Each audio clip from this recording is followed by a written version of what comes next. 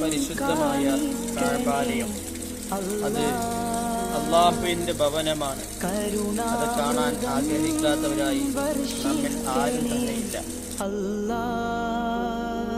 കരൾ തേടുന്നിതാ, കൊതിയേറുന്നിതാ,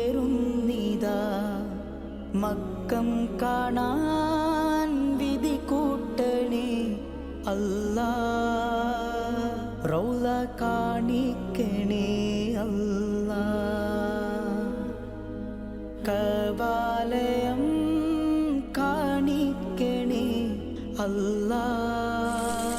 മക്ക, പരിശുദ്ധമായ മക്ക, ആ മക്കയിലെ പരിശുദ്ധ മസ്ജിദുൽ ഹറാമിന്റെ മധ്യഭാഗത്തായി സ്ഥിതി കൊള്ളുന്ന പരിശുദ്ധമായ കഅബാലയം.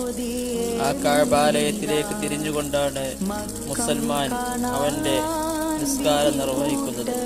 എല്ലാ നമസ്കാരങ്ങളിലും അവൻ കിബിലയിലേക്ക് മുന്നിടുന്നു. അവന്റെ കിബിലയാണ് പരിശുദ്ധമായ കഅബാലയം. ഒരുപാട് ജനങ്ങൾ പരിശുദ്ധമായ ഉംറയ്ക്കും ഹജ്ജിനും വേണ്ടിക്കൊണ്ട് ധാരാളം ജനങ്ങൾ, ലക്ഷക്കണക്കിന് ജനങ്ങൾ അവിടെ ഒരുമിച്ച് കൂടുന്നു.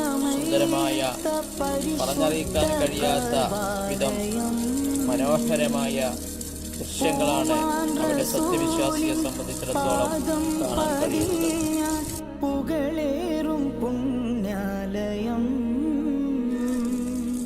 അവിടെയാണ് മഹാനായ റസൂൽ കരീം സല്ലല്ലാഹു അലൈഹി വസല്ലമ തങ്ങൾ പൂജാതനായ സ്ഥലമുള്ളത്.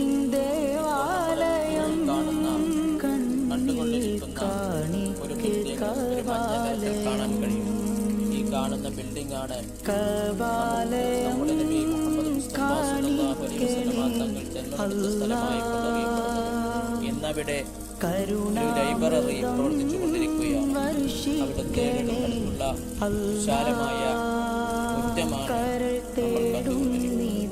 സഫാ മർവയുടെ അവിടെ നിന്നും കുറച്ചങ്ങോട്ട് നടന്നാൽ കാണാൻ കഴിയുന്ന ഭാഗങ്ങളാണ് ഇപ്പോൾ നമ്മൾ കാണുന്നത്.